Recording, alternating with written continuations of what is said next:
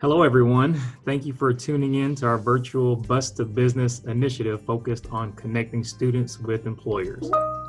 While we cannot physically participate during these interesting times, we are here to provide a virtual experience. My name is Condre Daniels, president of HJI Supply Chain Solutions, where we provide 3PL solutions to many supply chain challenges.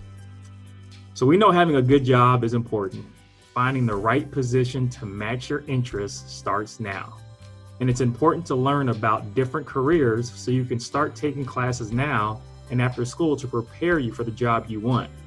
Well, I'm excited today because we're going to be talking with Joyce Griffith from Appalachian Regional Healthcare about their job and what their business does. So welcome, Joyce. Thank you, Conrad. It is a pleasure for me to have this opportunity to speak to everyone about some of the options that we have within ARH, or Appalachian Regional Healthcare.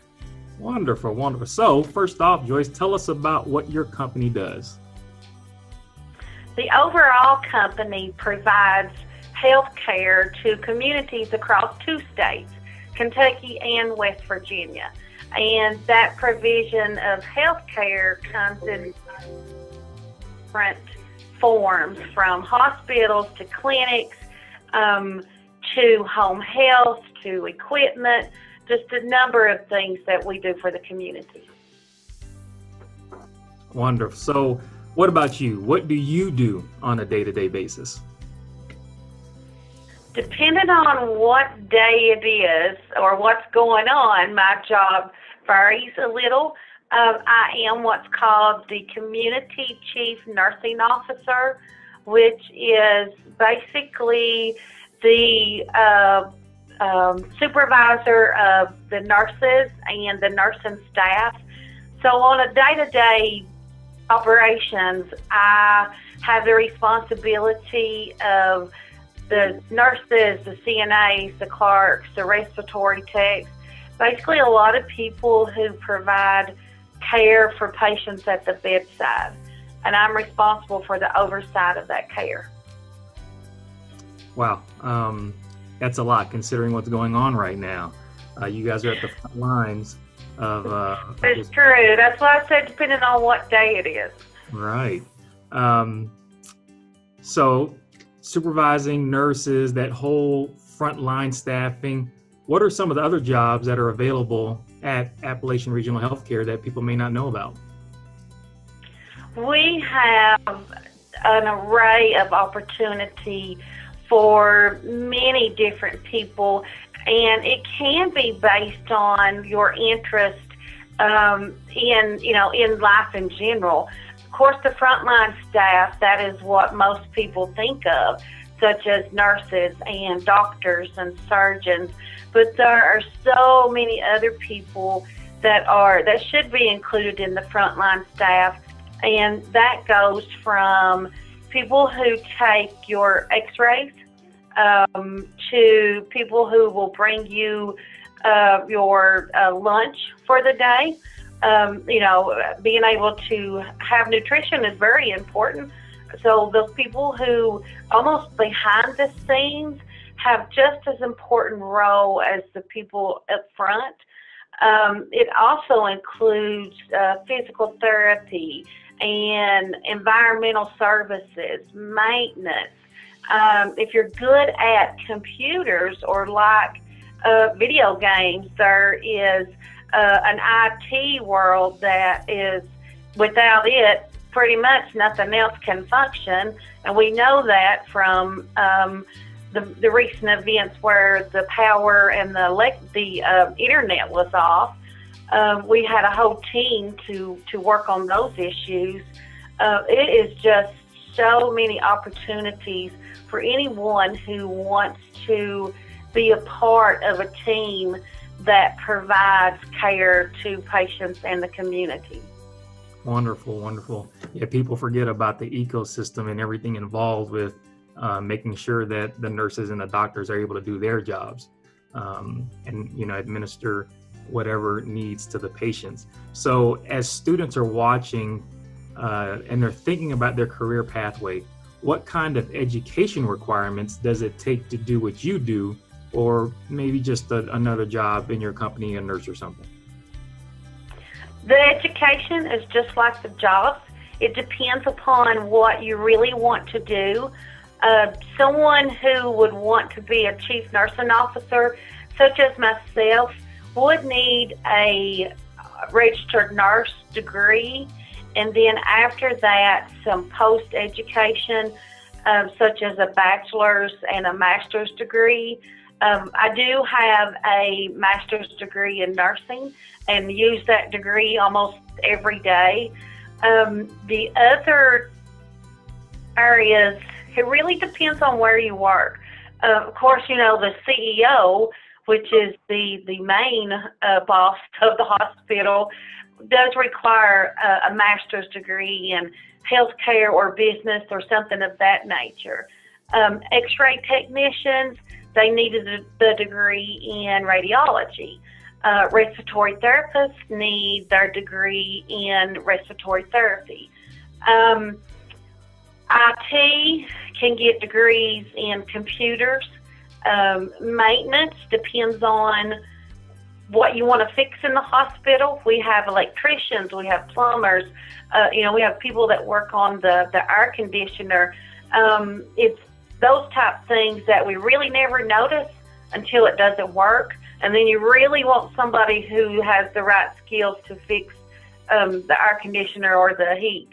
And the other areas such as pharmacists, pharmacy techs, you know, no matter what part of the team you want to be in, a little bit of education or a whole lot of education will depend upon you and what you want to achieve. Thank you. Thank you for sharing that. And you know, sometimes students hear about where you are, but they don't realize what it took to get there. So talk to us about what was your first job position within the healthcare industry. My first job in the healthcare industry was a registered nurse, and I have been a registered nurse for many years and had the opportunity to explore different careers that my nursing degree has provided for me. From going into homes as a hospice nurse, I even assisted the schools and being a clinical instructor. Within ARH, I started out as a staff nurse, a bedside nurse, on the floor on the med-surg unit.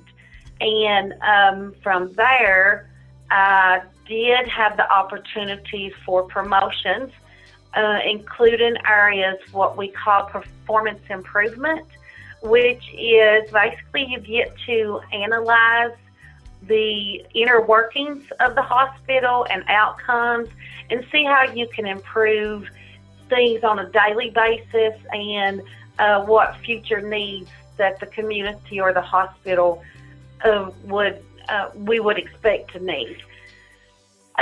From there, I decided that I really didn't know what I wanted to be when I grow up, so I decided I needed to expand some of my education and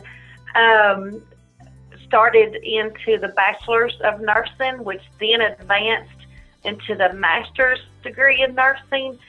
And from there, because of my experience and the education, I was offered the promotion to the CNO of the hospital. Wow. Okay. So it's always good to hear someone's journey, where they started versus where they finished, and the ambition, the sacrifice, all those things that it takes to get there. For these students that are watching, if you had to do it all over again with your progression, the way it went, would you do it the same way, or what would you do differently? Just to give some of these students maybe some insight into lessons learned. Well, I smiled really big because I said that I can't do things unless I do it the hard way. I've been a nurse for 25 years. So instead of coming straight out of school and advancing my degree, I decided I needed to work for years and years and then go to school full time and work full time. So that was a challenge, but I think it's an example that if you have the desire to learn and the determination, you can do it. I often think what would have happened if when I graduated from the RN program, if I had went straight on to school, where would I be at today? Like I said, I've done that the hard way, but it can be done.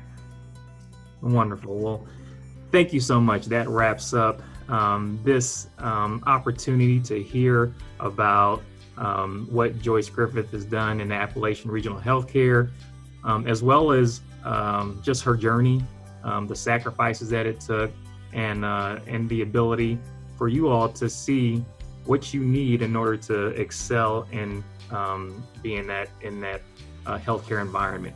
So Joyce, thank you for your service and thank you for what you're doing here today. You are welcome.